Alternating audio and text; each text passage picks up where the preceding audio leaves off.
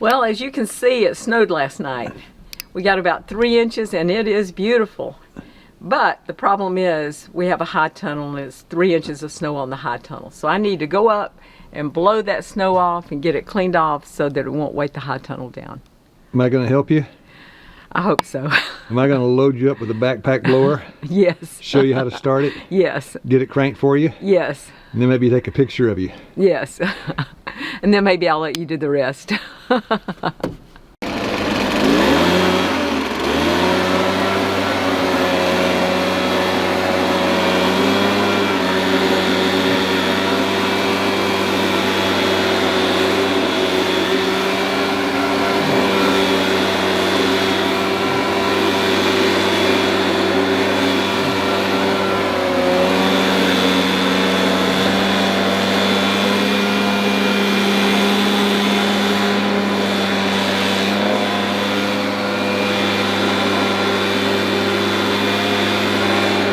Morning, friends. It is cold outside. It snowed last night, but the sun is shining, and the sun of righteousness, Malachi 4:2, is arising with healing in his wings.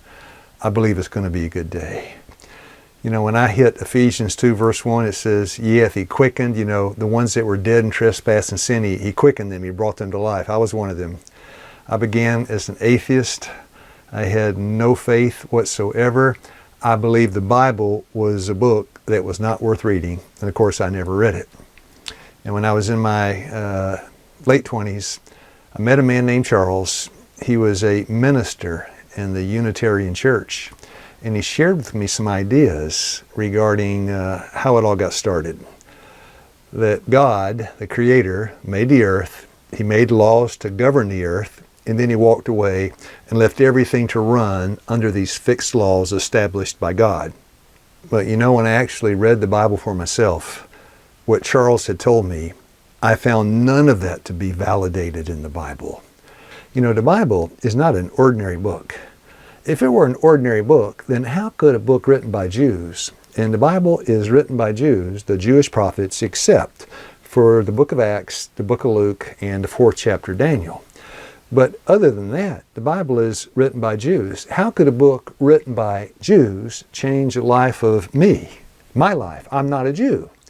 It reaches, I found out, it reaches all, because for more than 30 years, I've been in health ministry. And the Bible, in many, many countries, I've watched it. The Bible enters into a man's heart. It takes him, reshapes him, reforms him, recreates him, reestablishes him, redirects him. Now, that's whether in the Philippines, in Southeast Asia, in Africa, South America, Central America. If the Bible is just a Jewish book, how can it reach out to all nations of the earth? In 1726, in the book of Acts, in 28, He made all nations of one blood. In Him we live, we move, we have our being. There is a unity, even though there is diversity. And when I opened the Bible for the first time, it changed my life. I had the worst marriage on earth. Married to Darlene, first 10 years, always talking about divorce. When I met her, she was like a spiritualist and the New Age mysticism and all these things. I was like a redneck, criminal, alcoholic. And then we got together, and it was no good from the beginning. Have you always been a Christian? Well, not always. I was a, you could say, heavy drinker or drunk. I was criminal. I was as far from God as a man could be. I met my wife. She was a New Age spiritualist. She read my palm, did my astrology chart, rode a motorcycle, and this is how we met. Now, the best Bible test, what's it done for you? Has it changed your life? If you go back to the book of Daniel, you see an interesting character named Nebuchadnezzar. In chapter 4, he's walking out there above the city, looking at great Babylon, and he says, verse 30, "Is not this great Babylon that I have built?" You know, my dear friends, Nebuchadnezzar did not build that city. In Hebrews 11 verse 10, Abraham looked for a city whose builder and maker was God. Christ built the city upstairs, He built the same city downstairs. If you do anything, if you have any skill, if you're in a holy Ad Bezalel and you have some skill at building, the skill came from God and He gets the credit. Nebuchadnezzar took the glory to himself. He took the credit for himself. Is not this great Babylon that I have built? You know, and Daniel had told him in chapter 2, verse 21, God removes kings and he sets up kings. You're in power because God placed you there. And he told him about the statue with the head of gold, and Nebuchadnezzar was the head of gold, and the kingdoms, the succeeding kingdoms. But evidently Nebuchadnezzar did not believe that. Is not this great Babylon that I have built? And dear friends, that was it for Nebuchadnezzar. God, as in Daniel 2:21, removes kings. He removed Nebuchadnezzar. And the God back then is the same God today. Hebrews 13, verse 8, Jesus Christ is same yesterday, today, and forever. John 18:36, my kingdom is not of this world. Two kingdoms. You have the kingdom of Christ, you have the kingdom of the world. You got the true and the false, you got the right and the wrong, you got the sin and the righteousness. Two distinct kingdoms. But my dear friends, Christ is in control of both. So in the church, I have a position in the church, but the Lord put me there. I do not work for the church. I work for my Father who controls the church. He is the head. Isn't that wonderful? I worked for an organization, corporations in health ministry. But dear friends, I was working for God. It was God over these corporations. So I took direction from the organization, the church, the school, the nonprofit corporation I was serving at. I took direction from them. But my responsibility was to God. I knew that He was in control of my life, working through the church, working through the organization, working through the school. I serve my Father which is in heaven.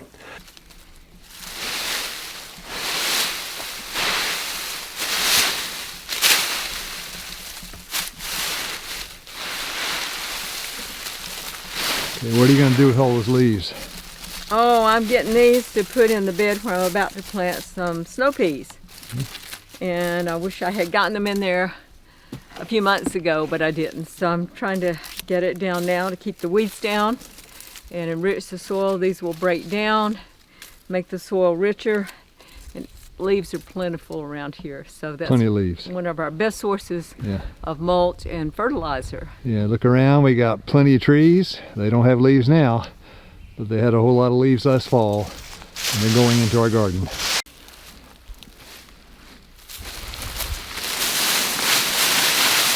That's how you get your exercise right there, isn't it? It's good exercise, that's right. The osteoporosis doesn't find a place in this garden. Hope not. I hope not. I'm just spreading these out a little bit so they won't be too thick. Yeah. What are you going to plant there? I'm going to plant snow peas along the fence. Okay. And then over here I'm going to plant, I don't know, cabbages or something. I'm not Okay. sure. Something else. On this part.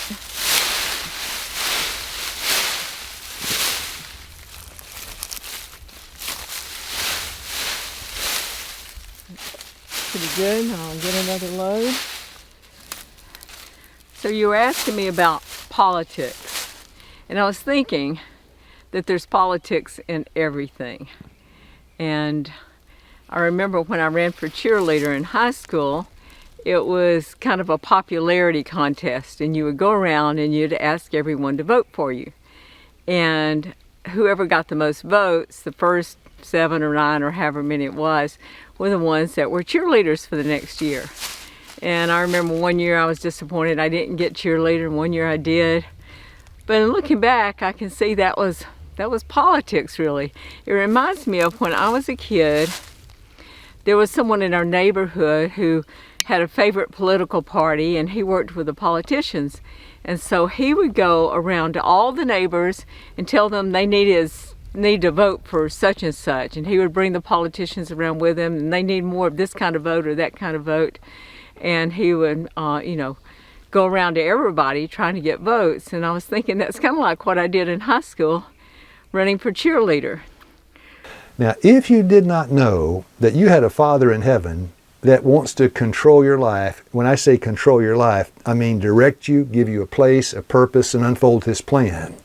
Not to take away your will, but to establish it, to give you a firm purpose. Well, this is what you got to do. It's Jeremiah 13:23. Ye shall seek me and ye shall find me when you search for me with all your heart. That means the motive has to be right. When you search for God with all your heart, that means you're not looking for gold and a new car.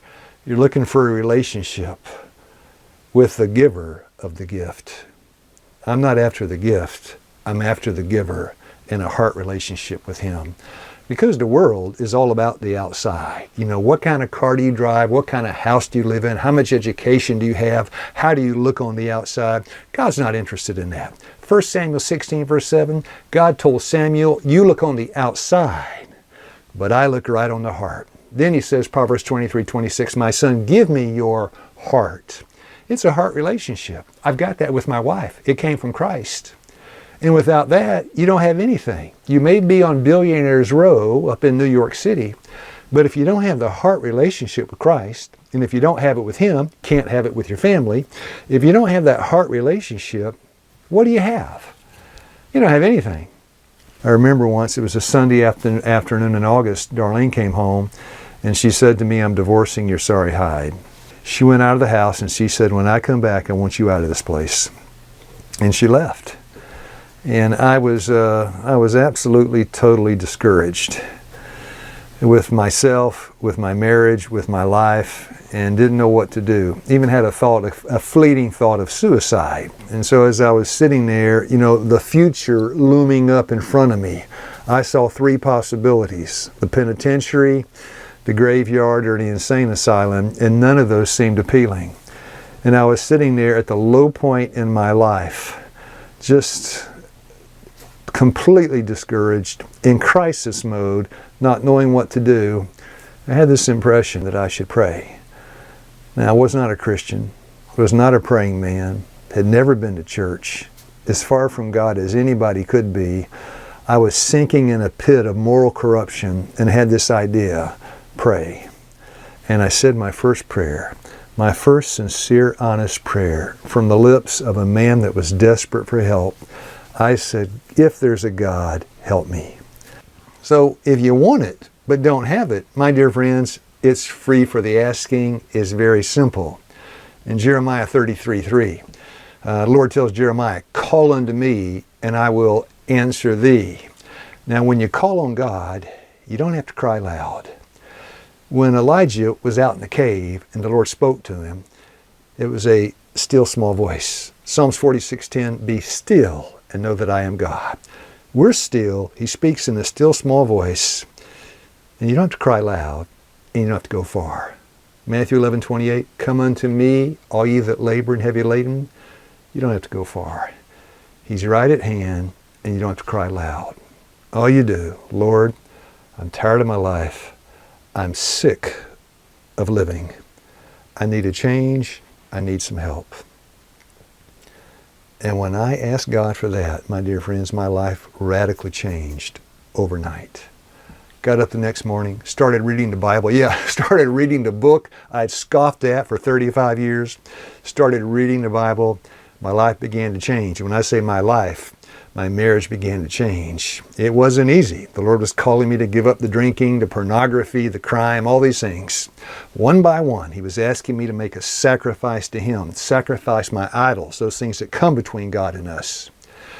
And it wasn't easy. But my dear friends, every step of the way, the marriage was growing closer. The relationship with God was growing closer. And I don't have what I want. I want a closer relationship than I have today. But dear friends, what I have today is better than what I had yesterday.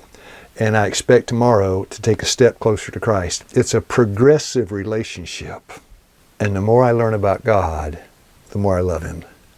I know He loves me and He cares for me. I can't explain all the ifs, ands, and buts why God would love a sinner like me, but I know that He does. And I know because I've given my life to Him, I am persuaded that He is able to keep that which I have committed unto Him.